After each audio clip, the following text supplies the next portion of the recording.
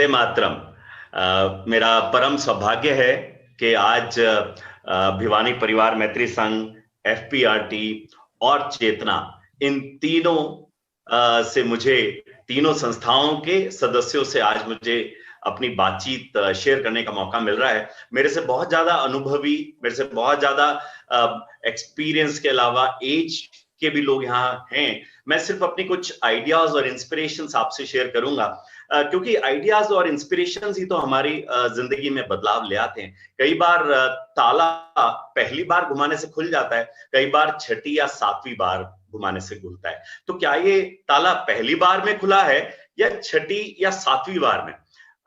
पहली बार से कोशिश की गई थी और छठी और सातवीं बार में खुला, तो हम किसी एक को तय नहीं कर सकते। इसी प्रकार हमारी जिंदगी में बदलाव कौन सा व्यक्ति कब कैसे ले आए, छोटे बच्चे से लेकर के मृत्यु शैया पे पड़ा व्यक्ति भी जो है हमारी जिंदगी में कई बार बदलाव ले आता है, और वो ऐसा बदलाव ले आता है जो हमारी जिंदगी बदल के रख देता है। आज मैं ऐसी ही कुछ बातें आपसे शेयर करने वाला हूं।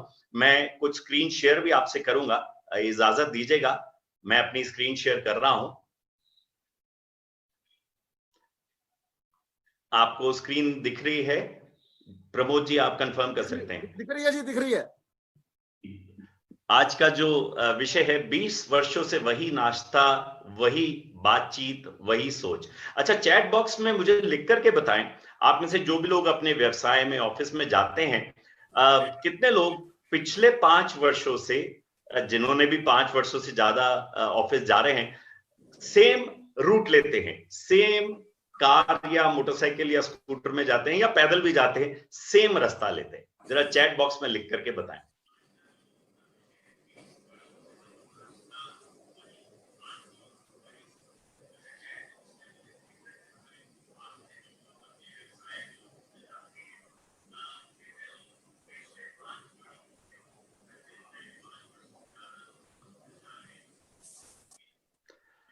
जी चैट बॉक्स, जितेंद्र जी ये नजर नहीं आ रहा, अब आपको मुझे बताना पड़ेगा, या सचिन जी बता सकते हैं क्या रिस्पांस है भाई? जी जी, आप स्क्रीन विजिबल है, प्लीज प्रोसीड। या हाँ, दिख गया मुझे, अभी चैट दिख गया जी। तो उसी विषय पे आता हूं। बहुत सारे लोग अपने कंफर्ट लेवल पे आ जाते हैं, यानी जिस रास्ते को अख्तियार कर रहे हैं, चाहे वो जिंदगी का हो, चाहे वो ऑफिस जाने का हो, चाहे वो किसी भी प्रकार का हो, वो सेम ही रास्ता हर बार लेते हैं। क्यों लेते हैं? क्योंकि कंफर्ट लेवल आ जाता है। और आइंस्टीन से पूछा गया, अल्बर्ट आइंस्टीन से, कि पागल व्यक्ति कौन होता है? तो आइंस्टीन ने बड़ा अच्छा जवाब दिया। आइंस्टीन ने कहा, पागल व्यक्ति वो होता है जो एक ही काम को बार बार करके और डिफरेंट रिजल्ट एक्सपेक्ट कर रहा होता है। आप मेरी बात को समझ गए होंगे। If we will keep on doing what we have been doing, we will keep on getting what we have been getting. अगर हम वही करते रहेंगे जो अभी तक करते आए हैं, तो हमें भी वही मिलता रहेगा जो अभी तक मिलता आया है। डिफरेंट रिजल्ट की एक्सपेक्टेशन मत करें। बहुत से लोग डिफरेंट रिजल्ट की एक्सपेक्टेशन कर रहे होते हैं कि आज मेरी जिंदगी में ये बदलाव आ जाए, वो बदलाव आ जाए। मैं एक कहानी और आपसे शेयर करना चाहूंगा। ये कहानी है जो कि ये एक बड़ी अच्छी अमेरिका में पिक्चर आई थी, जो वर्सेस दी वॉल्केनो। अगर आपको कभी देखने का मौका मिले तो जरूर देखिएगा। मैं छोटे में इस कहानी का आपको बताता हूं संक्षेप में। जो था वो एक ऑफिस जाने वाला व्यक्ति था, रोज वही रास्ता लेता था, वैसे ही जाता था ऑफिस में। एडवर्टाइजमेंट डिपार्टमेंट में उसकी जॉब थी। जाकर के बैठना, वही मैनेजर की डांट को सुनना, वैसा ही ऑफिस में नेगेटिव माहौल होना, कोई लाइट ब्लिंक कर रही है, कहीं पे कुछ भी पड़ा है, और वो वैसे ही सभी चीजें वैसे ही चलती थी। अपने घर आ जाता था। एक लड़की जिसे वो चाहता था, वो भी ऑफिस में काम करती थी, लेकिन उसे भी अपनी भावनाएं व्यक्त नहीं कर पाता था। तो ये जो घर आया और इसे लगा कि इसका हार्ट बीट बढ़ रहा है, इसका स्वास्थ्य ठीक नहीं है, और जिंदगी में सब ठीक भी नहीं चल रहा है। तो एक डॉक्टर से अपॉइंटमेंट ली और डॉक्टर के पास पहुंचा। उस डॉक्टर ने उसका सब कुछ चेक किया और देखा कि एक्चुअली उसे कोई बीमारी है नहीं। डॉक्टर के पीछे वो पड़ा रहा, सर मैं तो बहुत बुरी हालत में हूं, मेरे को जिंदगी में कुछ अच्छा नहीं लगता है, मुझे कुछ बदलाव लाना है, आप कुछ बताएं। पैसे की कमी नहीं है, लेकिन कुछ बदलाव चाहिए। तो उस डॉक्टर ने क्या किया, एक खेल खेला। उस डॉक्टर ने बोला कि तुम्हें एक बीमारी है, तुमने अब इतना पीछे पड़े हो तो मैं बता ही देता हूं, हाइपोक्रोएंशिया।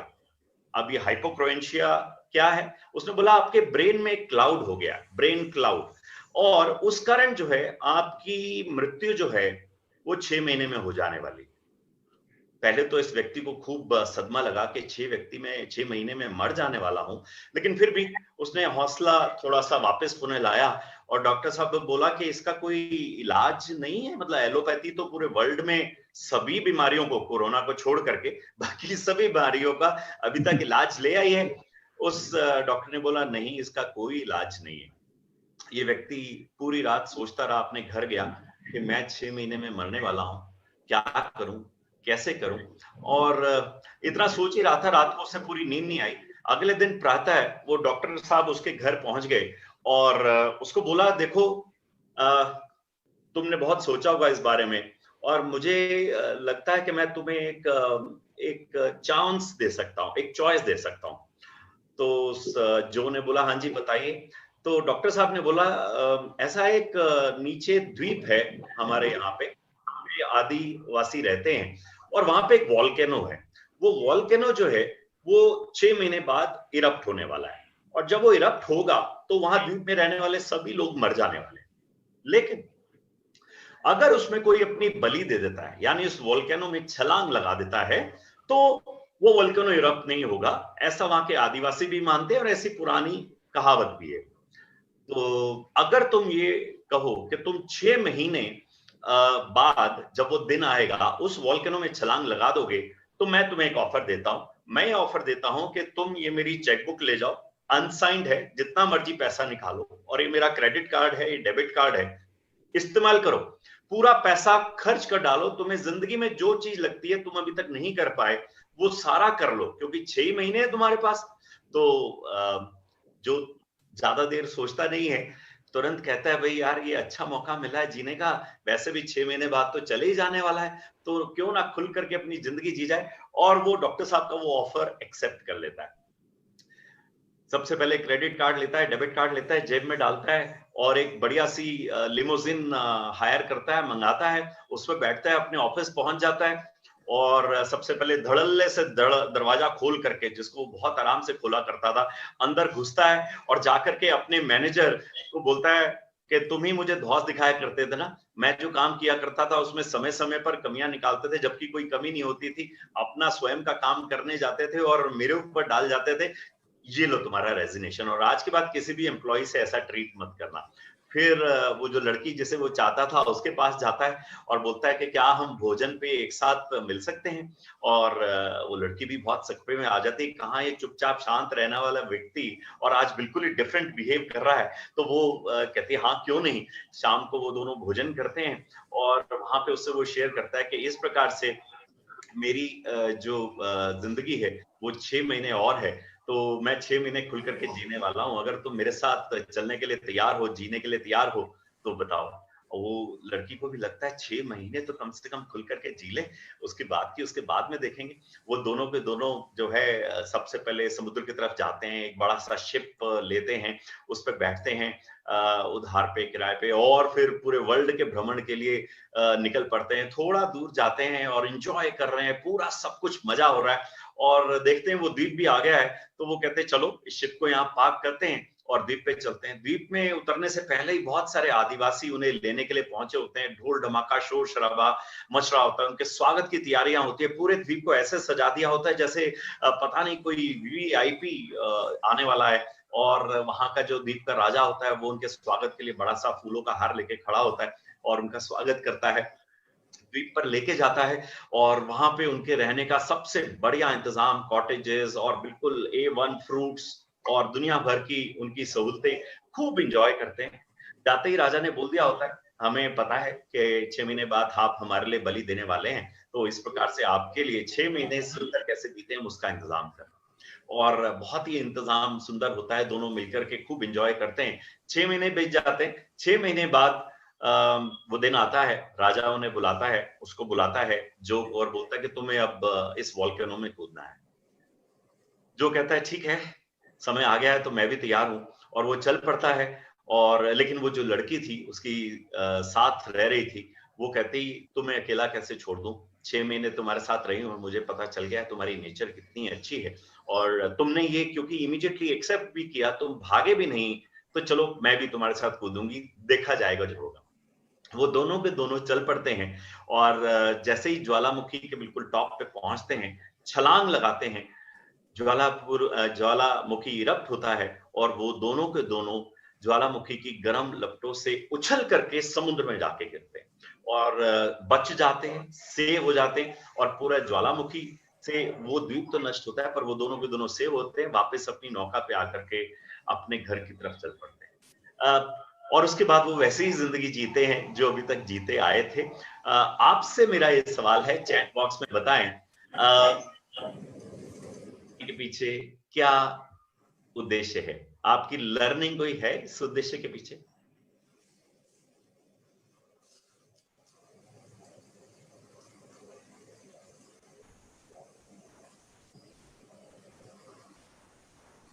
जी,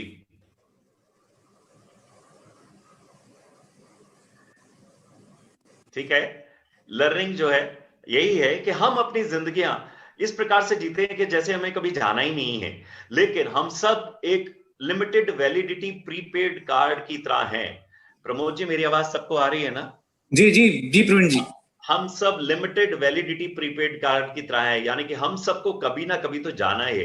तो क्यों हम सेफ जिंदगी जीना चाहते हैं, क्यों हम बच बच के रहना चाहते हैं? कहते हैं कि अगर हमारी जिंदगी में, जैसा मेरे से पहले हमारे वक्ता थे उन्होंने बताया, अगर गोल्स नहीं है तो हम एक सीधी सादी जिंदगी अंत की तरफ ले जा रहे हैं। हमें अपनी जिंदगी में कुछ रिस्क लेने चाहिए। मैं एक और आपको कहानी सुनाता हूँ, उससे पहले एक वाक्य, if you can not take risk you can not grow, if you cannot grow you can't be your 100%, if you can't be your 100% you can't be happy, and if you can't be happy then what is the life living for? अगर आप जिंदगी में risk नहीं ले सकते तो आप grow नहीं कर सकते, अगर आप ग्रो नहीं कर सकते तो आप खुश नहीं रह सकते, अगर आप खुश नहीं रह सकते तो फिर ये जिंदगी जीने का मजा ही क्या है दोस्तों। इसलिए जिंदगी में छोटे मोटे रिस्क लेना सीखें, अपने व्यवसाय में अपने रास्ते को बदल करके देखें। जो ऑफिस का जाने का रास्ता है, हो सकता है दूसरा रास्ता और भी सुंदर हो, उसमें आपको कई सारी ऐसी चीजें दिख जाए, रॉ मटेरियल दिख जाए जो आप फैक्ट्री के लिए कब से उपयोग करना चाहते थे, लेकिन आप ढूंढते ही रहे, आपको मिला ही नहीं।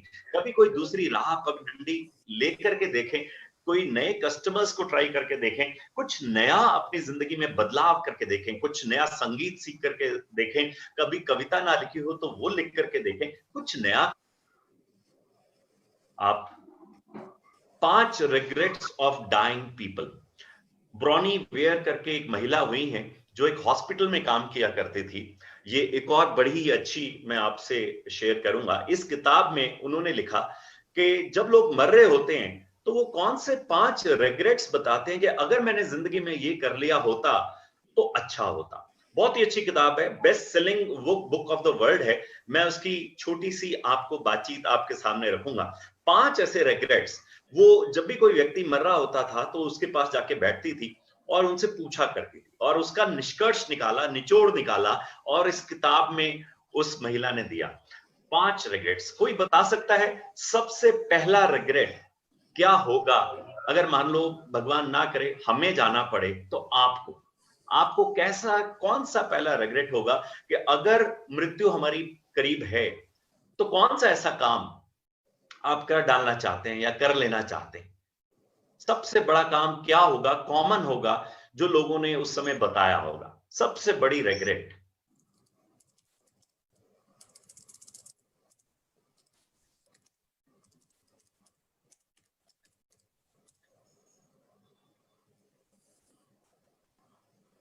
जी ठीक है, चलिए समय कम है इसलिए मैं इसको बता देता हूं। अब में से बहुत सारे लोगों ने लिखा है और भी लिख सकते हैं। सबसे पहली रिग्रेट जो मृत्यु की तरफ जा रहे होते हैं उनकी होती है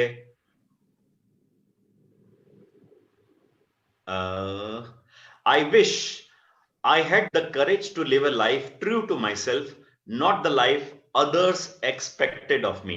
यानी कि भगवान मुझे ऐसी करेज देता, जोश देता, उमंग देता कि मैं वो जिंदगी जीता जो मैं जीना चाहता हूं, बल्कि जो मैंने जी जो औरों के कारण थी। बहुत सारे लोग औरों के कारण जो रास्ता दिखाया जाता है वही वाली जिंदगी जी जाते हैं, वो करेज ही नहीं अपने अंदर लाते हैं, वो बहुत सारे अनफुलफिल्ड ड्रीम्स अपने साथ ले जाते हैं। मैं कहता हूं सबसे ज्यादा बहुमूल्य व्यक्ति या बहुत बहुमूल्य जगह कौन सी है, ऐसी कौन सी जगह है जो सबसे ज्यादा अमीर है, वो है शमशान घाट, क्योंकि वहां पे लोगों के अनफुलफिल्ड ड्रीम्स वो छोड़ के चले गए हैं, वो पूरे ही नहीं कर पाए और उससे पहले ही उनको भगवान के पास जाना पड़ गया है। तो आपके कौन से ऐसे ड्रीम्स हैं, आपकी ऐसी कौन सी दिमाग में अनकॉन्शियस सबकॉन्शियस माइंड में भगवान ने आइडियाज इमेजिनेशंस डाले हैं जो आप पूरा करना चाहते हैं और आज तक आपने ट्राई नहीं किए? आपने सोचा कि आपके पास पैसा नहीं है, आपने सोचा आपके पास वैसा ग्रुप नहीं है, आज वो करके देखें, आज ये अपनी कॉपी पेन में लिखें।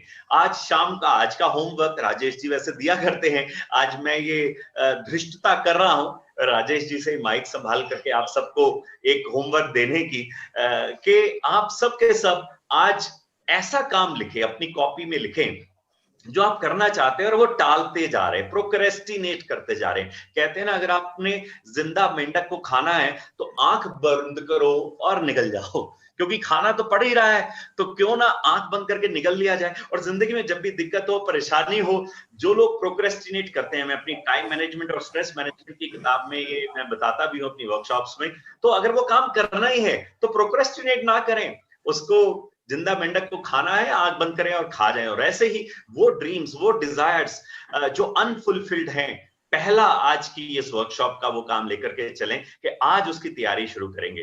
भगवान पैसा भी देगा, भगवान ने अगर आपको वो ड्रीम दिया है तो पूरा करने की क्षमता भी देगा। ये आपका विषय नहीं है सोचना कि आप के पास वो रिसोर्सेज हैं या नहीं है, ये उसका विषय है, लेकिन आप उस पर काम तो करना शुरू करो, कर्म तो करना शुरू करो। अगर आप कर्म करना शुरू करोगे तो वो डिजायर भी पूरी होगी, ये तय है। तो पहला जो डाइंग पीपल होते हैं उन, और हम सब मृत्यु से पहले पहला ये काम करें कि अपने उस करेज लेके आए। इसके 3 उदाहरण मैं आपको देना चाहूंगा। सबसे पहला उदाहरण है चार्टेड अकाउंटेंट SD बाला। ये स्टेट बैंक ऑफ इंडिया में नौकरी किया करते थे, 59 इयर्स के हुए और इनको लगा कि मुझे चार्टेड अकाउंटेंट बनना चाहिए, क्योंकि मैं, आप सबको पता है, इंस्टीट्यूट ऑफ चार्टेड अकाउंटेंट्स में पढ़ाता हूँ, ट्रेनिंग्स देता हूँ विभिन्न विषयों पर। तो वहां इनका एग्जांपल आया, 59 इयर्स पे इन्होंने अपनी जॉब में रेजिग्नेशन लेटर दिया और बोला कि मुझे चार्टेड अकाउंटेंट बनना है। चार्टेड अकाउंटेंसी CS ऐसी ट्रेड है जहां कोई उम्र की सीमा नहीं है, आप किसी भी उम्र में बन सकते हैं। और उन्होंने पढ़ाई की और अपने 60 साल की रिटायरमेंट होने से कुछ समय पहले ही चार्टेड अकाउंटेंट बन गए और उन्होंने अपना, अभी आज की डेट में SFM करके एक सब्जेक्ट होता है चार्टेड अकाउंटेंसी का, आप में से चार्टेड अकाउंटेंट या जिनके बच्चे कर रहे हैं सब आपको पता होगा, उसके वो टीचर हैं और बहुत ही प्रसिद्ध टीचर हैं, पूरे साउथ इंडिया में बहुत मशहूर हैं। आप गूगल में सर्च भी कर सकते हैं, CASD बाला। तो कोई भी उम्र नहीं होती अपना लक्ष्य तय करने की। मैं पहले वाले स्पीकर से अपनी बात को आगे बढ़ा रहा हूँ। कुछ लोग सोचते हैं अभी क्या लक्ष्य तय करना, अभी तो जाने का समय आ गया है, लेकिन आपकी अनफुलफिल्ड डिजायर तो समाप्त होनी चाहिए। साथ तो नहीं ले जानी कोई डिजायर, कोई भी चीज है साथ नहीं, यही पूरी करके जानी है। एक और रॉबर्ट जे लोपाटेन जो थे, ये अपने पिताजी के कपड़े के व्यवसाय में थे। गूगल में सर्च कर सकते हैं, बहुत ही अच्छा व्यवसाय उनके पिताजी का व्यवसाय था, आगे इन्होंने संभाला और 26 साल तक वो व्यवसाय इन्होंने किया। ये 51 वर्ष के हुए और 51 वर्ष में इन्होंने तय किया कि मुझे डॉक्टर बनना है। एक शादी में गए थे, वहां पे इनके साथ एक डॉक्टर बैठा था और वहां पे उसके साथ बैठ के उनको बड़ी प्रेरणा मिली कि यार मेरी जिंदगी में बचपन में मैंने तय किया था कि मुझे डॉक्टर बनना है। वो बात अलग है, मेरे पिताजी का कपड़े का व्यवसाय था, मैं हो गया, लेकिन अब वो व्यवसाय सेटल्ड है और आगे भी संभाल रहे हैं, तो क्यों ना डॉक्टर बना जाए। 51 इयर्स के एज में उन्होंने डॉक्टर बनने का तय किया। 9 इयर्स में आकर के उन्होंने MBBS MD किया। और जिन बच्चों को वो पढ़ाते थे उनके साथ मिलकर के सर्जरी करना चालू किया 59 में। 60 साल तक होती है उम्र, उसके बाद नहीं कर सकते। 60 साल तक उन्होंने सर्जरीज की और कमाल का नाम कमाया। गूगल में आप सर्च कर सकते हैं, अमेरिका में फेमस डॉक्टर है रॉबर्ट जे लोपेटेट। और ग्रामा मोसेस की कहानी सुनाने में तो और मजा आ रहा है। बहुत सारे लोग बोलते हैं अच्छा पैसे के लिए लक्ष्य तय किया जाए। मैं कहता नहीं, पैसा नहीं, पैसा तो बाय प्रोडक्ट है आपका अपने शौक को पूरा करने का। ग्रामा मोसेस 75 वर्ष की महिला थी और उन्होंने तय किया कि मुझे मृत्यु से पहले अपना शौक पूरा करना चाहिए। और वो शौक क्या था? ड्राइंग का, पेंटिंग्स का। और 75 वर्ष की उम्र में उन्होंने पेंटिंग्स बनानी शुरू की और 106 वर्ष तक वो जी। और उसके जीने का सबसे बड़ा वो दुनिया को कारण यही बताती हैं कि ये जो मैंने 75 वर्ष में अपनी ड्राइंग्स और पेंटिंग्स करनी चालू कर दी, इसके कारण मैं 106 वर्ष तक जी, क्योंकि मैंने अपना लक्ष्य निर्धारित किया, अपनी जिंदगी में एक तय किया कि मुझे कुछ करना है। ये जो पेंटिंग है उनकी साथ में आप स्क्रीन पे देख पा रहे होंगे, पूरे वर्ल्ड में इनकी एग्जीबिशंस, पूरे वर्ल्ड में जाकर इनकी मृत्यु के बाद भी पेंटिंग्स बिकती रही और बिक रही हैं। ये 106 वर्ष तक जी और सबसे बड़ा कारण मृत्यु के समय यही बताती थी कि मैंने अपना शौक पूरा किया। आगे चलते हैं। अगला regret the dying people, I wish I had not work so hard. बहुत सारे लोग हार्ड वर्क करते हैं, स्मार्ट वर्क नहीं करते हैं और बहुत सारा पैसा एक्यूमुलेट कर लेते हैं, रिसोर्सेज एक्यूमुलेट कर लेते हैं, लेकिन उन्हें यूटिलाइज नहीं कर लेते, उसको पता नहीं किसके लिए छोड़ जाते हैं। हमारे देश में तो एक कहावत है, पूत कपूत तो क्यों धन संचय, पूत सपूत तो क्यों धन संचय। आपको करने की जरूरत नहीं है, वो अपने रिसोर्सेज अपना सब कुछ पैदा कर लेंगे। अगर कपूत होगा तो जो आपने कमाया होगा वो उड़ा देगा और सपूत होगा तो बना लेगा। तो आपको उतनी मेहनत करके अपने शौक करने में, अपने इंटरेस्ट, अपनी इमेजिनेशंस, अपनी टैलेंट को जिंदगी में, दुनिया में बाहर लाने में समय लगाना चाहिए। हाँ, उसके लिए समय, पैसा आपको खर्च करने के लिए तैयार रहना पड़ेगा। आप कहें कि नहीं, सभी सक्सेसफुल लोगों को भी भगवान ने 24 घंटे दिए हैं और बाकी लोगों को भी 24 घंटे दिए हैं, लेकिन सक्सेसफुल लोग स्ट्रेच कर लेते हैं। आप आधा घंटा अपनी नींद को कम कर सकते हैं क्या? आप अपने आधा घंटे में बाकी के समय को व्यय होने से बचा सकते हैं। शिव खेड़ा एक बड़ी अच्छी बात बोलते हैं जो मैं आप सबसे शेयर करना चाहूंगा, जो लिखना चाहते हैं लिख भी सकते हैं। Spend so much time improving yourself, spend so much time improving yourself that you do not have time to criticize others। कितनी बढ़िया बात कही है। अपने आप को अच्छा बनाने में इतना समय लगा दे कि दूसरों की कमियां ढूंढने में आपके पास समय ना हो। अगर आपको ये शिव खेड़ा की बात अच्छी लगी हो तो शिव खेड़ा के लिए एक बार ताली बजा दें या थम्स अप दिखा दें या कुछ तो साइन कर दें, चैट बॉक्स में लिख दें। मैं अपनी इस बात को दोबारा रिपीट करता हूं, spend so much time improving yourself that you do not have time to criticize others। दूसरों की कमियां निकालने के बजाय अपने आप को सुधारने में इतना समय लगा दें कि आपके पास समय ही ना हो। तो ये दूसरा विषय, दूसरा रिग्रेट मैंने आपसे शेयर किया, आई wish I had not work so hard. तीसरी बातचीत की तरफ चलते हैं। तीसरा regret, I wish I had the courage to express my feelings। काश मेरे में इतना उमंग होता, जोश होता कि मैं अपनी फीलिंग्स को शो कर पाता। बहुत सारे लोग अपनी फीलिंग्स को अंदर ही दबाए रहते हैं और कई बार तो उन्हें साइकेट्रिस्ट या डॉक्टर के पास भी जाना पड़ता है। अपनी फीलिंग्स को सबके सामने दिखाएं, उद्गार को दिखाएं, अपने लव एंड अफेक्शन को अगर आप किसी के प्रति है, शो करें।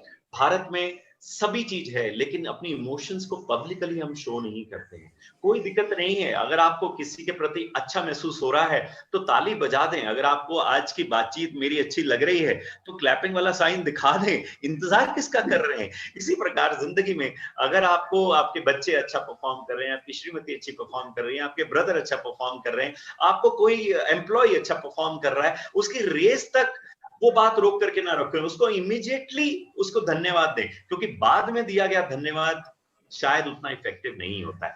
इमीडिएट अपनी फीलिंग्स को दिखाना, बताना बहुत जरूरी है।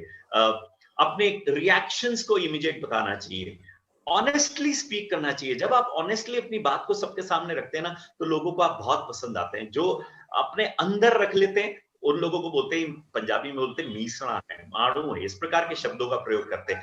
आप उन शब्दों में ना आए, आप तो अपनी फीलिंग्स खुद करके, अगर कोई चीज अच्छी लगी तो अच्छा बताएं।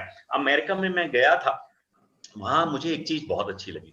वहां हम एक रेस्टोरेंट में गए, मैं और मेरा एक दोस्त जो अमेरिकन ही था, सूप पीने गए, और वहां पे सूप की वो बहुत ही अच्छी फेमस आउटेज था, वहां पे हम सूप पीने लगे।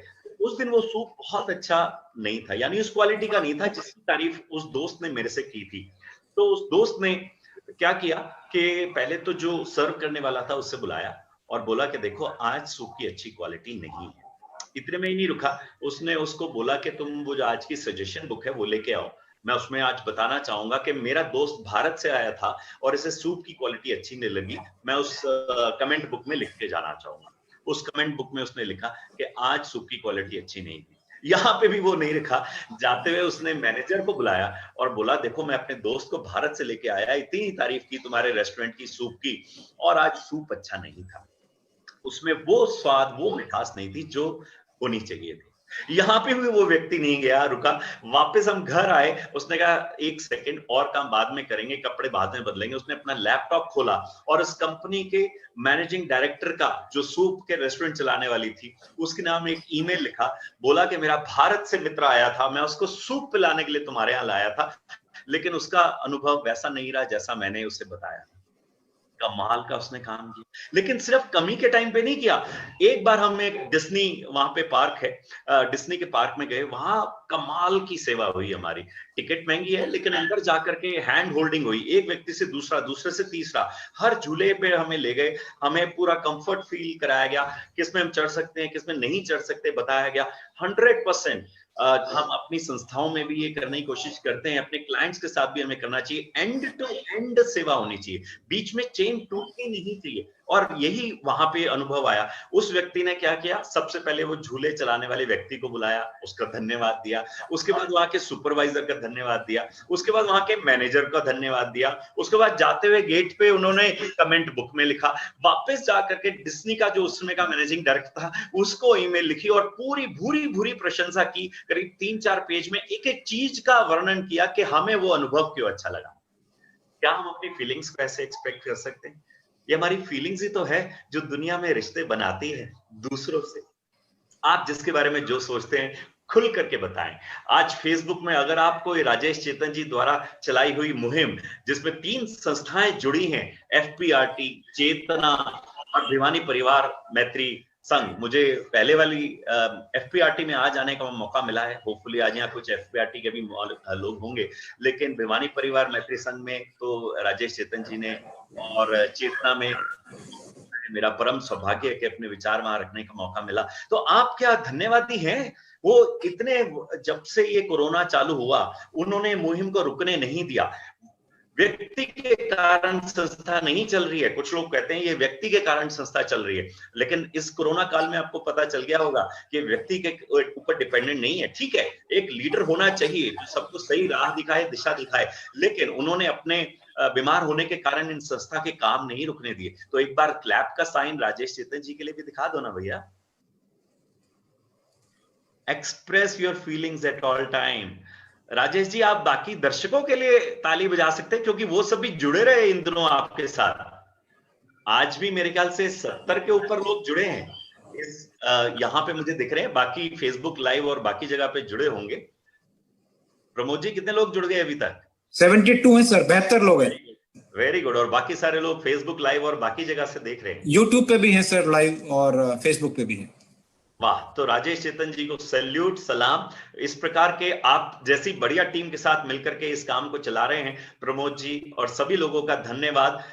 कुछ पीछे से लड़ने वाले सिपाही होते हैं, कुछ फ्रंट फुट पे लड़ने वाले होते हैं, तो जो पीछे वाले सिपाही हैं उन सबका भूरी भूरी उन सबकी भी तारीफ करनी चाहिए। आप में से जो भी लोग उन लोगों को जानते हैं उन सब की भी तारीफ जरूर कर दीजिएगा। ठीक है, आगे चलते हैं। तो 3 रिग्रेट्स ऑफ डाइंग पीपल हमने डिस्कस कर लिया। चौथे रिग्रेट की तरफ चलते हैं, जो मृत्यु के समय लोग बताते हैं कि हमने ये कर लिया होता। आई wish I had stayed in touch with my friends, जो राजेश चेतन जी बहुत ही अच्छे से जानते हैं, पूरी टेक्नोलॉजी का उपयोग कैसे किया जाए इन मित्रों को जोड़ करके रखने में अलग अलग, अच्छा भाई भिवानी के पैदा नहीं हुए तो क्या हुआ, चेतना के द्वारा जुड़ जाओ। चेतना में अगर नहीं जुड़ पा रहे हो, मेंबरशिप नहीं ले पा रहे हो तो एफपीटीआरटी से आ जाओ। एफपीआरटी से नहीं आ पा रहे तो कोई बात नहीं भाई, ओपन है, आ जाओ, सब जुड़ जाओ, एक बार ये स्वाद, ये मजा चखो तो सही। तो भैया अपने दोस्तों के साथ जुड़े रहने का कोई तरीका ढूंढो। कैसे रह सकते हो? क्या आप बर्थडे एनिवर्सरी पे विश कर सकते हो? क्या आप दूसरी प्रकार से जो आजकल डिजिटल माध्यम आ गए हैं, ये व्हाट्सएप, फेसबुक ये आ गए हैं, कोई ब्रॉडकास्ट लिस्ट बना सकते हैं? राजेश जी ने बीच में अपना माइक ऑन किया है, कुछ कहने वाले हैं क्या? बोलिए बोलिए।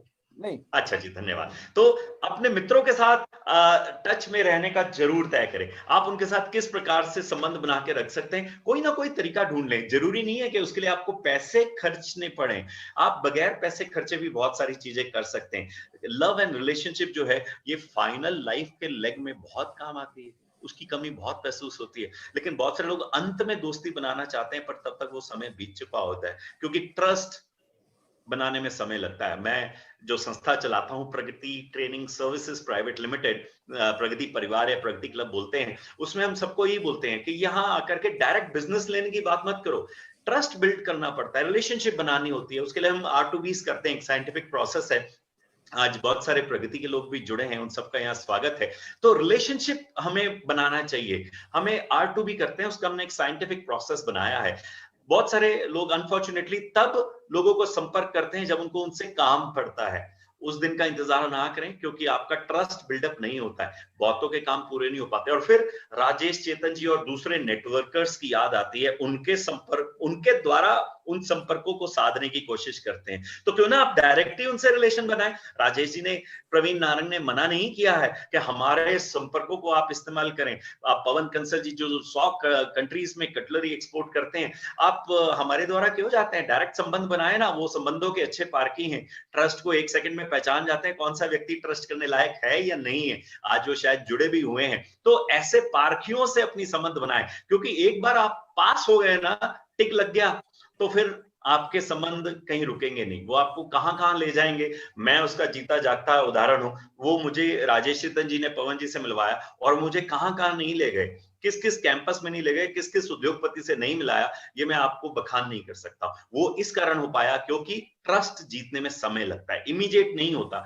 रिलेशनशिप इमीडिएट नहीं बनती है। तो चेतना में, एफपीआरटी में संबंध बनाएं, पहले संबंध बनाएं। सोनी के चेयरमैन आकियो मोरिता, उन्होंने अपनी बायोग्राफी लिखी है, उसमें उनसे पूछा गया, सर ये सोनी के products all over the world मशहूर हैं, सैमसंग, एलजी, कम से कम टीवी लेना जाओ तो उससे 5-10 हजार रुपया महंगा बिकता है सोनी का, उसके सभी प्रोडक्ट्स का ये हाल है, तो उसका कारण क्या है? आकियो मोरिता ने बड़ा अच्छा सिंपल सा जवाब दिया।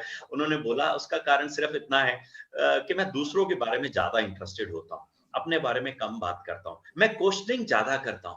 जो लोग आप में से ये सोचते हैं मेरे पास ये डिग्री है, मेरी डिप्लोमा है, मेरे बारे में बात की जाए, आई एम सॉरी, उनके बारे में कोई इंटरेस्टेड नहीं होता है। उन लोगों के बारे में इंटरेस्टेड होता है जो दूसरों के बारे में इंटरेस्टेड होते हैं। तो आज से अपनी जिज्ञासा बढ़ाएं, दूसरों के बारे में इंटरेस्टेड हो। जब आप दूसरों के बारे में इंटरेस्टेड होते हैं तो लोग आपके बारे में भी इंटरेस्टेड होते हैं। वो बाय प्रोडक्ट है एक दूसरे के संबंध बनाने का। आगे चलते हैं। 5वां regret, I wish that I had let myself be happier।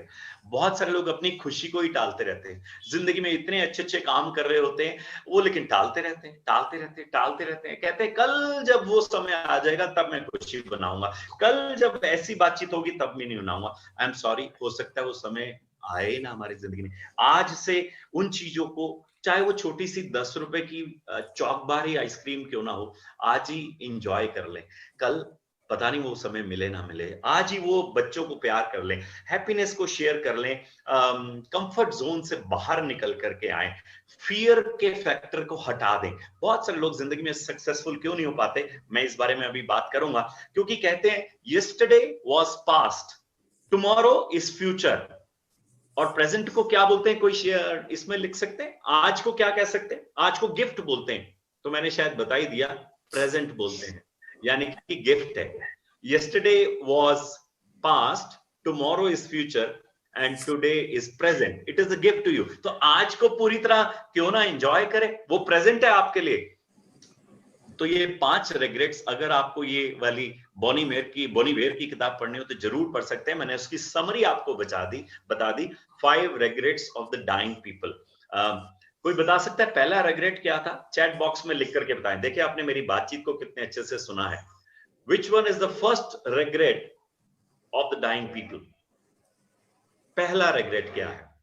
देखिए मेरी बातचीत को सिर्फ आपने सुना है, हियर किया है, लिसन किया है, दोनों में फर्क है। मैं अपनी कम्युनिकेशन स्किल्स की क्लास में बताता हूं, there is a difference between hearing and listening. Hearing इस कान से सुना, इससे निकाल दिया। लिसनिंग में आप मेमोरी को यूज करते हैं, ग्रास्प करते हैं, अडॉप्ट करते हैं। प्रमोद जी कुछ लोग लिख रहे हैं क्या? जी लिख रहे हैं। और आप ही देख करके बताएं कि ठीक लिख पा रहे हैं या दूसरा तीसरा लिख दे रहे हैं? नहीं, लिखा है कि जीवन अपने अनुसार जिया होता, ये पहला रिग्रेट है। क्या बात है, एक बार सभी के लिए तालियां, बहुत बढ़िया। आप सब ने इतने अच्छे से मेरी बातचीत को सुना। मेरे पास अभी करीब 12 मिनट और हैं। प्रमोद जी कितने मिनट? जी 12 मिनट। जी 12 मिनट। ठीक है, मैं बिल्कुल बढ़िया, धन्यवाद। आगे चलता हूं, समय का प्रबंधन सिखाता हूं तो मुझे भी उसको पालन करना आना चाहिए। पागल कौन है ये मैं बता चुका, आइंस्टीन ने बताया था। जो एक ही काम को एक ही तरीके से करते हैं वह डिफरेंट रिजल्ट एक्सपेक्ट करते हैं। आइंस्टीन 10,000 बार फेल हुए थे बल्ब बनाने से पहले। आइंस्टीन नहीं, सॉरी, बल्ब किसका आविष्कार था? Edison. Thomas Alva Edison. Thomas Alva Edison 10,000 बार फेल हुए थे। तो एक मीडिया वाले ने बोला तुम तो यार फेलियर हो, 10,000 बार फेल हुए। उन्होंने बोला नहीं, मैं फेलियर नहीं हूं, मैंने 9,999 तरीके ढूंढ लिए कि बल्ब कैसे नहीं बनाया जाता। इनफैक्ट उन्होंने एक किताब लिखी है अपने फेलियर्स की, जिसके बेसिस पे आज की डेट में एलईडी बल्ब का आविष्कार हुआ है। वो तब हो पाया क्योंकि क्या नहीं करना ये सबको पता चल गया है, तो क्या करना है वो तो बहुत आसान हो गया। तो आपके फेलियर्स में भी बहुत बड़ा सक्सेस का फॉर्मूला लिखा है। तो कोई भी फेलियर को ये ना समझे कि यार ये फेलियर है, वो एक आपका स्टेपिंग स्टोन है। नए नए तरीके से ट्राई करें, आप जरूर सक्सेसफुल होंगे। लेकिन हाँ, वो सरदार जी का एक चुटकुला मुझे याद आ रहा है। वो केले के छिलके को देख करके बोलते हैं यार आज फिर गिरना पड़ेगा। अगर आप उसी केले के छिलके पे दोबारा पैर रख रहे हैं तो आप गिरेंगे, लेकिन अगर आप अगली बार वहां से साइड से निकल जा रहे हैं तो आप नहीं गिरेंगे। नए तरीके से ट्राई करें, ट्राई करना रोके ना जिंदगी में। आगे चलते हैं। रूजवेल्ट अमेरिका के प्रधानमंत्री हुए, उनसे पूछा गया कि आप इतने सफल हुए हो, उसके कारण क्या असाधारण योग्यता की आवश्यकता है? तो उन्होंने बोला 2 तरीके से व्यक्ति सफल हो सकते हैं। पहला, उसके अंदर असाधारण योग्यता हो, वो बॉर्न लीडर हो, बॉर्न क्वालिटीज हो। लेकिन दूसरा तरीका जो है वो मैं शेयर करना चाहूंगा। दूसरा तरीका ये है कि सबको पता है कि सक्सेस का फॉर्मूला क्या है, लेकिन लोग वो करते नहीं है। वो करते इसलिए नहीं है क्योंकि वो मुश्किल है, कठिन है। मैंने उन तरीकों को अख्तियार किया। जैसे कहते हैं ना कि मैंने रोज शेव कर करके शेव करने की आदत डाली, और अनसक्सेसफुल लोगों ने शेव ना करके शेव ना करने की आदत डाली। मैंने सुबह उठ करके सैर करने की आदत डाली। अनसक्सेसफुल लोगों ने सैर ना करके सैर करने की ना आदत डाली। मैंने रोज नहा करके नहाने की आदत डाली। अनसक्सेसफुल लोगों ने यार आज नहीं नहाते, आज क्या होगा, आज तो ठंडा मौसम है, सोच करके ना नहाने की आदत डाली। मैंने रोज 5 क्लाइंट्स को कॉल करके, कोल्ड कॉलिंग करके 5 नए संपर्कों को ढूंढने की आदत डाली। अनसक्सेसफुल लोगों ने आज कंबल में लेटे रह करके, दोस्त आ गए चाय पी करके, उन 5 को ना फोन करने की आदत डाली। ये आदतें ही तो हैं जो हमें बनाती हैं, क्योंकि जो लोग अच्छी आदत बना लेते हैं उन्हें वो मिलता है जो उनको चाहिए। और अनसक्सेसफुल लोगों को पता होता है कि इससे सक्सेस मिलने वाली है, पर वो करते हैं जिससे उन्हें वो नहीं मिलता है। तो आज से अपनी आदतों की तरफ ढालें। ये आदतें ही हैं जो हमें बनाती हैं। आपने क्या आदत डाली है वही आपके जीवन का भविष्य निर्धारण करने वाली है। हमारे दिमाग में 2 सरदार जी सुपरवाइजर हैं। एक का नाम है जगतजीत सिंह और एक का नाम है जगत हार सिंह।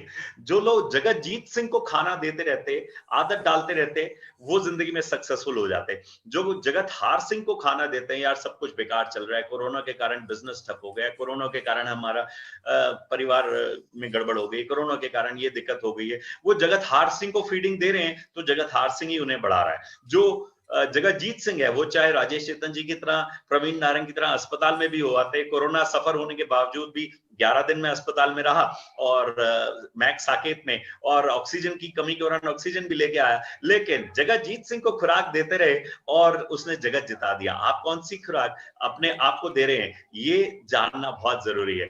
तो ये खुराक आप दे रहे हैं, कौन सी दे रहे हैं, इसके ऊपर डिपेंड करता है। तो आज से जगतहार सिंह को नौकरी से निकाल दें और जगजीत सिंह को नौकरी पे रखे, खूब सारी प्रमोशन दे, खूब सारा उसे इंसेंटिव दे, वो आपको जिताएगा इस जिंदगी में, नए नए तरीके बताएगा कि व्यवसाय में कैसे बढ़ सकते हैं। पवन कंसल जी ने कटलरी के अलावा अभी आजकल बहुत सारे अन्य कार्य चालू किए हैं, मैं बार बार उनका उदाहरण दे रहा हूं क्योंकि वो जगजीत सिंह को खूब खुराक देते रहते हैं, नए नए फॉर्मूलाज इजाद करते रहते हैं।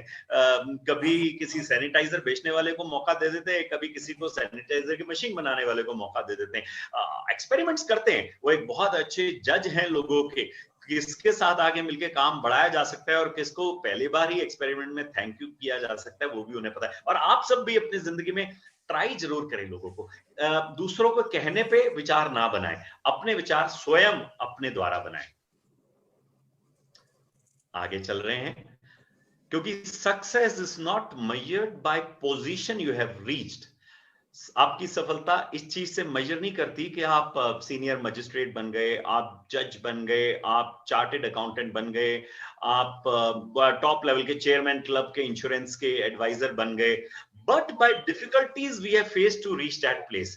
आपने उस स्थान पे पहुंचने के लिए कौन कौन सी दिक्कतों का सामना करना पड़ा, इससे आपकी सफलता का निर्धारण होता है, ना कि इससे कि आप जान पहचान से या किसी की लक होने से आप और पहुंच गए। उनको सफलता का सही अर्थ नहीं पता चलता, सफलता का सही अर्थ उन्हें पता चलता है जो दिक्कतों का सामना करके, मुसीबतों का सामना करके आगे बढ़े होते हैं। तो आज से अपनी जिंदगी में फेलियर के रेट को बढ़ा दें, क्योंकि उससे आपके सक्सेस का रेट भी बढ़ने वाला है। हम अपने फेलियर को रेट को बढ़ा देते हैं तो हम सक्सेसफुल होते हैं। मैं ये बातचीत आपके सामने पदमपुरी से रख रहा हूं। पदमपुरी उत्तराखंड में है, मेरा घर है यहाँ पे, मैंने एक हॉलिडे होम छोटा सा बनाया है और यहाँ आने के लिए बहुत दिक्कतें हुई। लोग तो पढ़ते हैं कि भैया ये हो गया वो हो गया, जाना बहुत मुश्किल है। तो मैंने कहा क्यों नहीं, मेरी वाइफ और मैंने और बेटे ने कि एक बार ट्राई करके देखते हैं, देखा जाएगा। ई पास अप्लाई किया, अपना RT-PCR टेस्ट कराया, उसको उत्तराखंड की वेबसाइट पे डाला। रास्ते में कई प्रकार की चुनौतियां आई, दोबारा टेस्ट करने के लिए बोला गया, दोबारा सब कुछ हुआ। डिस्ट्रिक्ट मजिस्ट्रेट से अप्रूवल लेना पड़ा हुआ, MBBS MD डॉक्टर बिठा के जो चेक करती है सब कुछ ठीक है, आप नकली रिपोर्ट सबमिट नहीं कर सकते। 8 जगह बैरियर लगा के चेकिंग हुई, लेकिन हम अपने घर में पहुंचे। सुहावना मौसम है, मेरे घर के सामने नदी बहती है, चारों तरफ पहाड़ है। कभी आपको भी चलने का मौका मेरे साथ जरूर चलिएगा, या चाबी ले लीजिए, आके रहिए। तो ये सब दिक्कतें फेस करने से घबराइए नहीं, आगे बढ़ जाइए, ये सब आपकी सक्सेस के लिए संबल बनने वाले हैं। आगे चल रहे हैं,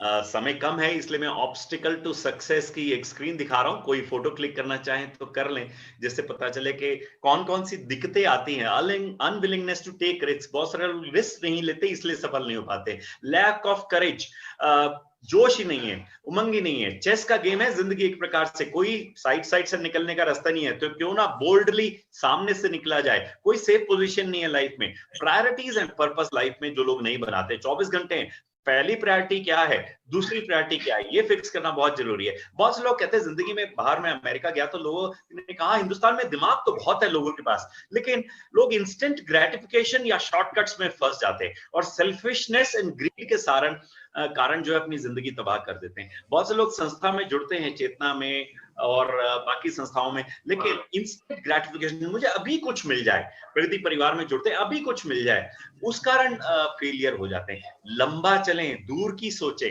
लैक ऑफ कन्विक्शन, अपने ऊपर विश्वास नहीं होता कि मैं ये कर पाऊंगा। Unwillingness to plan and prepare, अगर आपने कोई बिल्डिंग बनानी है तो सबसे पहले क्या बनाना चाहिए, चैट बॉक्स में लिखें। एक बिल्डिंग बनानी है तो सबसे पहले आप क्या बनाएंगे? प्रमोद जी मुझे पढ़ के बताइएगा लोगों ने क्या लिखा। किसी ने लिखा मैप, किसी ने लिखा बेस, किसी ने लिखा फाउंडेशन, किसी ने लिखा plan, map, land, foundation, sketch, design and plan, नक्शा, ब्लूप्रिंट। बहुत अच्छा है, ये सब अभी तक लोगों ने मैसेज दिया है इसमें। धन्यवाद प्रमोद जी। बिल्कुल सही। जिन लोगों ने लिखा ब्लूप्रिंट या प्लान, हमें से बहुत सारे लोग सीधा अपनी बिल्डिंग बनाने में लग जाते हैं और फिर फेल होते हैं। एक छोटे से उदाहरण से बताता हूं, और राजेश चेतन जी और मैं ये करने वाले हैं। एक बिल्डर था, वो एक सुपरवाइजर से घर बनवाया करता था। तो सुपरवाइजर की रिटायरमेंट की एज आ गई। हाँ, ये वो सारे लोग सुन ले जो सेकंड लाइन में खड़े हैं। सुपरवाइजर की रिटायरमेंट की एज आई तो अपने बिल्डर के पास गया और बोला, सर रिटायरमेंट की एज है, मुझे अब थैंक यू वेरी मच कीजिए। बिल्डर ने बोला, राजेश चंदन जी ने बोला कि भाई एक आखिरी घर और बना दो और उसके बाद तुम रिटायरमेंट ले लेना। उस सुपरवाइजर ने बोला, हाँ सर क्यों नहीं। उसने वो आधे अधूरे मन से वो घर बनाया और वो कॉल अरेंज की इस प्रकार से, भिवानी परिवार मैत्री संघ और ये वाली, और बोला कि सर वो आखिरी कॉल हो गई, वो आखिरी घर बन गया, तो मुझे अब थैंक यू। बिल्डर ने बोला, एक्चुअली तुम्हारी रिटायरमेंट पे मैं तुम्हें गिफ्ट देना चाहता था, वो जो घर तुमने बनाया ना वो तुम्हारा है। आप मेरे अर्थ को समझ गए होंगे। तो वो शॉडी घर, वो बेकार सा घर जो उसने बनाया था, वो उसने खुद अपने लिए बना लिया था। तो कभी भी अपनी क्षमताओं को कम ना करें। आप जितना बढ़िया पहले से करते आए हैं उतना बढ़िया हर समय करते रहे, उसमें कभी कोई कमी ना लाए। इनएबिलिटी टू रिकॉग्नाइज अपॉर्चुनिटीज, बहुत सारे लोगों के द्वार पे अवसर आता है, दस्तक देता है, लेकिन वो इमीडिएटली उसका फायदा नहीं उठाते। जब राजेश चेतन जी कोई ऑफर दे, प्रवीण नारंग कोई ऑफर दे, इमीडिएटली ग्रैब कर लें। ना बोले कल सोच के बताऊंगा। राजेश जी ने मुझे आने का मौका दिया और मैंने कहा, अरे वाह, इससे बढ़िया कोई मौका ही नहीं मिल सकता है अपनी बात इतने सारे लोगों तक पहुंचाने का। और धन्यवाद राजेश जी मौका देने के लिए। लैक ऑफ नॉलेज, हम बहुत सारे लोग जिंदगी में रिस्क लेना चाहते हैं लेकिन नॉलेज नहीं गेन करते हैं उस क्षेत्र की। तो पहले उस क्षेत्र की नॉलेज भी गेन करें। इनएबिलिटी टू यूज टैलेंट, भगवान ने हम सबको कोई ना कोई टैलेंट दी है। अगर आप में से कोई कहता है कि मुझे टैलेंट नहीं है तो मुझे बताएं, मैं आधा घंटा बातचीत करके आपको बता दूंगा आपके अंदर क्या टैलेंट है। तो वो टैलेंट का उपयोग जिस दिन आप कर लेंगे, आप विश्व विजेता हो जाएंगे। लैक ऑफ सेल्फ रिस्पेक्ट, अगर आप अपनी इज्जत खुद नहीं करते तो इज्जत नहीं करने वाला है। आपने, मेरे सर पे भगवान ने बाल कम दिए हैं लेकिन मेरे जैसा और कोई आदमी नहीं बनाया। मेरी नाक पकोड़े जैसी बनाई है लेकिन मेरी जैसी किसी और की नहीं है, और मैं गर्वान्वित महसूस करता हूँ कि मैं ऐसा हूँ। अपनी शक्ल सूरत, अपनी हाइट, अपने कलर, अपने कहाँ के कारण आपको कम है, बहुत बड़े काम आप सारे के सारे कर सकते हैं। मैं इनको अभी स्किप कर लेता हूँ। राल्फ वॉल्डो इमर्जन, अंत में मैं इनकी कविता आपसे शेयर करना चाहूंगा। शॉर्ट में, छोटे में इन्होंने हमें फॉर्मूला बता दिया सक्सेसफुल होने का। उन्होंने कहा, सक्सेस होने का मतलब है to laugh often and much, खुल करके हंसे और खूब हंसे, to win the respect of intelligent people and the affection of children, to earn the appreciation of honest critics, जो हमारी कमियां बताते हैं ऑनेस्ट है, ऐसे लोगों को अपने पास रखना बहुत जरूरी है, and endure the betrayal of false friends, ऐसे लोग जो धोखा देके चले गए उसको भी जरूर एक संबल मान के बढ़ना चाहिए, to appreciate beauty, to find the best in others, to leave the world a bit better, whether by a healthy child, a garden patch और a redeemed social condition. Raja Ram Mohan Roy जिन्होंने सती प्रथा खत्म की, उन्हें हम आज तक याद करते हैं क्योंकि उन्होंने सोशल कंडीशन को चेंज किया। To know even one life, breathe it easier because you had lived, कि एक भी जिंदगी आपके कारण खुश रही, इस कारण सक्सेसफुल आप हो सकते हैं। This is what is success. मुझे लगता है कि आपको मेरी बातचीत पसंद आई होगी। पूरे समय हो गया है। आप में से कोई भी मेरे से टच में रहना चाहता है तो मेरा नाम प्रवीण नारंग है, आप स्क्रीनशॉट खींच सकते हैं, या फिर प्रवीण कनेक्टर नारंग, पवन कंसल जी ने मुझे नाम दिया था पिछले 2 वर्ष पहले और मैं इसे कनेक्टर लगा लिया, फेसबुक में सब जगह इसी नाम से पहचाना जाता हूँ। प्रवीण कनेक्टर नारंग से मेरे से जुड़ सकते हैं। फेसबुक में प्रोफाइल भी है, पेज भी है। वेबसाइट, जैसा मैंने बताया, हम बिजनेस ट्रेनिंग और नेटवर्किंग कंपनी चलाते हैं। हम सारे लोगों को प्रेरणा देते हैं, आपस में जोड़ते हैं। 221 करोड़ का बिजनेस राजेश चेतन जी हमारे संरक्षक हैं। पिछले 4.5 साल में हमने कर लिया है एक दूसरे को रेफर करके। अगर आप कुछ ऐसा बिजनेस करते हैं, आप मेरे से जुड़ सकते हैं, मैं बता सकता हूँ, आपको संस्था में जोड़ सकते हैं। प्रगति पथिक, अगेन राजेश चेतन जी संरक्षक हैं। हमारी सेवा के उद्देश्य की संस्था है, blood donation camp, public speaking workshops, और हम डिफरेंट काम करते हैं। मेरा फोन नंबर है 9811983336, 9811983336। बहुत बहुत धन्यवाद मुझे समय देने के लिए। समय किस तरह बीता मुझे पता ही नहीं चला, कैसे समय पूरा हो गया। आप सबसे बातचीत करके मुझे बहुत अच्छा लगा। धन्यवाद, नमस्कार, प्रणाम।